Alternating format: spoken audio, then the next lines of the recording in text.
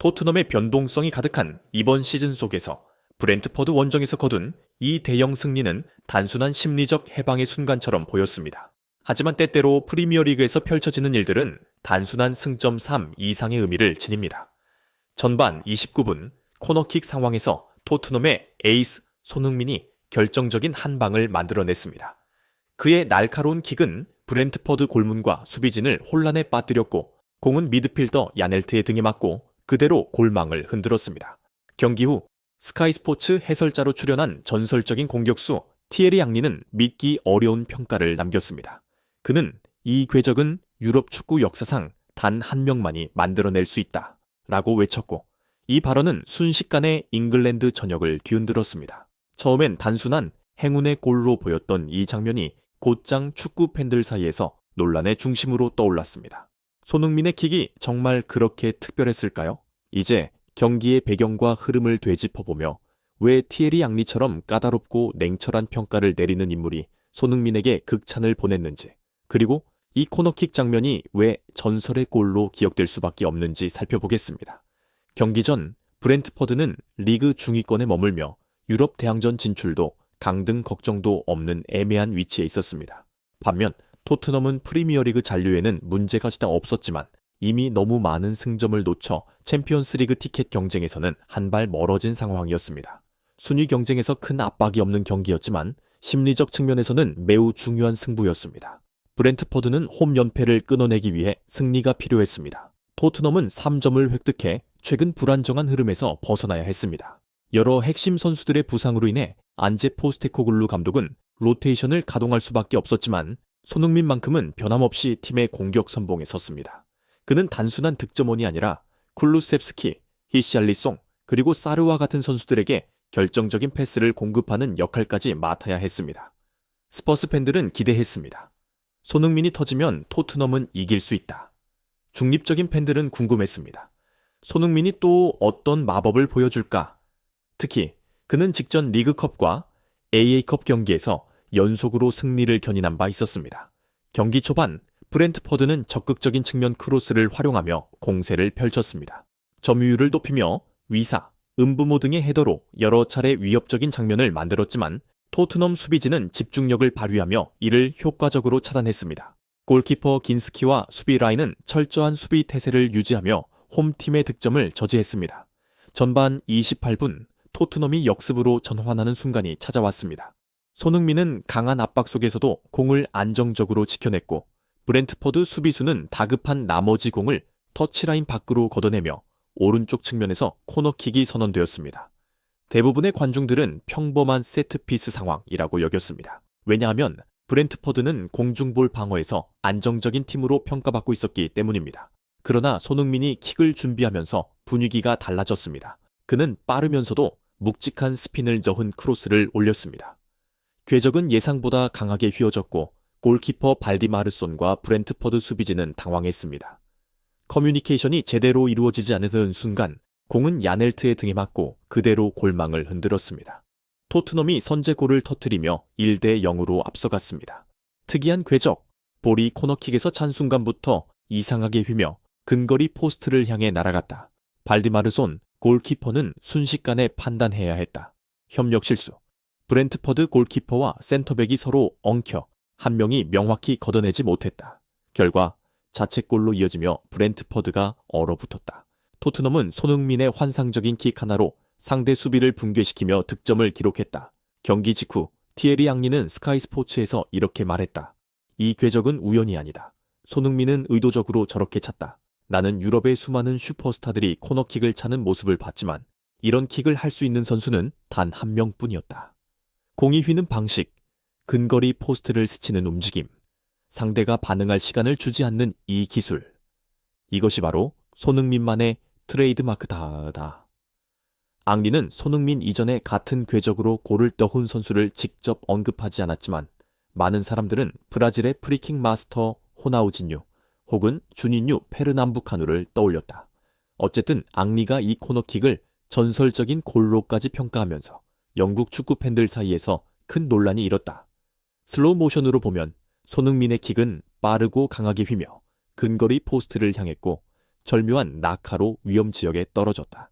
일반적으로 많은 선수들은 코너킥을 멀리 감아 올려 동료가 헤딩을 할 수 있도록 조준하지만 손흥민은 완전히 다른 선택을 했다.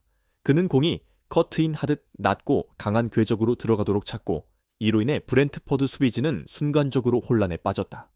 속도, 공은 적절한 속도로 날아갔다. 너무 빠르지 않지만 골키퍼가 쉽게 뛰어나와 쳐낼 수 없는 스피드였다. 회전과 낙하 지점, 매우 정교한 회전이 걸리며 근거리 포스트 주변이 혼란에 빠졌다. 센터백과 골키퍼는 모두 판단 불가한 상황에 놓였다. 일부에서는 손흥민이 운 좋게 야넬트의 등에 맞아 골이 들어갔다고 주장했다. 그러나 앙리는 단호하게 반박했다. 손흥민은 항상 코너킥을 이렇게 찬다. 이전 경기들을 보면 그는 동일한 방식으로 공을 찼다. 이번엔 공이 등에 맞았지만 그렇지 않았다 해도 골키퍼나 수비수가 제대로 처리하기 어려웠을 것이다. 이 궤적 자체가 상대를 혼란스럽게 만드는 것이다. 토트넘 팬들은 열광했다. 특히 아스날의 레전드 앙리가 라이벌팀 선수인 손흥민을 공개적으로 극찬한 것이 큰 화제가 되었다. 손흥민은 단순한 득점왕이 아니다.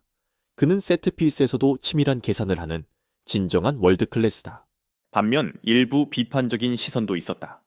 이 골은 브렌트퍼드의 실수 때문이지 손흥민이 대단한 건 아니다. 그러나 많은 전문가들은 앙리의 평가에 동의했다.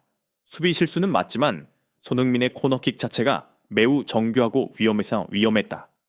이런 킥을 할 수 있는 선수는 거의 없다. 스카이 스포츠, BBC, ESPN 등 주요 스포츠 매체들 또한 이 골을 단순한 행운의 자책골이 아니라 전술적으로 가치 있는 장면으로 분석했다. 손흥민의 회전이 강하게 걸린 덕분에 야넬트가 공을 피할 수 없었다. 경기 후 인터뷰에서 손흥민은 미소를 지으며 말했다. 나는 단지 빠르게 차서 상대에게 부담을 주려고 했다. 누군가는 행운이라고 할 수도 있다.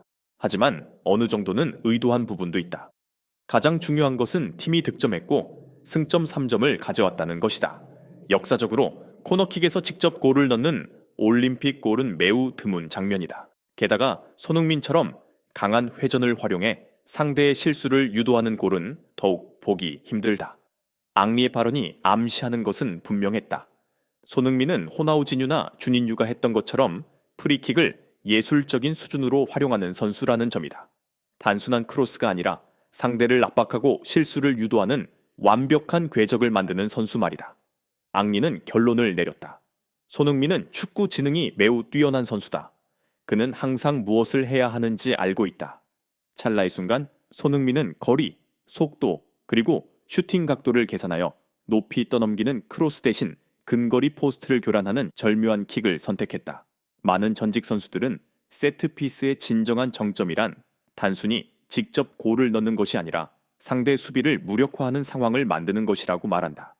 이번 경기의 선제골은 자책골로 기록됐지만 손흥민의 극도로 어려운 킥이 없었다면 탄생하지 않았을 것이다. 이 골로 인해 토트넘은 안정적인 플레이를 펼치며 반격에서도 더 조직적인 모습을 보였다.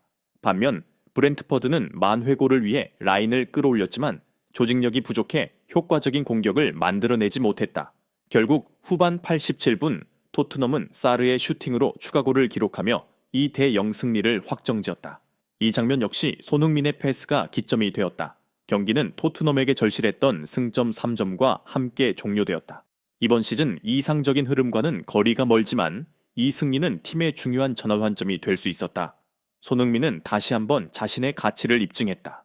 그는 단순히 득점하는 선수에 그치지 않고 세트피스에서도 엄청난 차이를 만들어낼 수 있는 존재임을 증명했다. 축구 역사에서 코너킥으로 직접 골을 내보는 선수는 극히 드물다.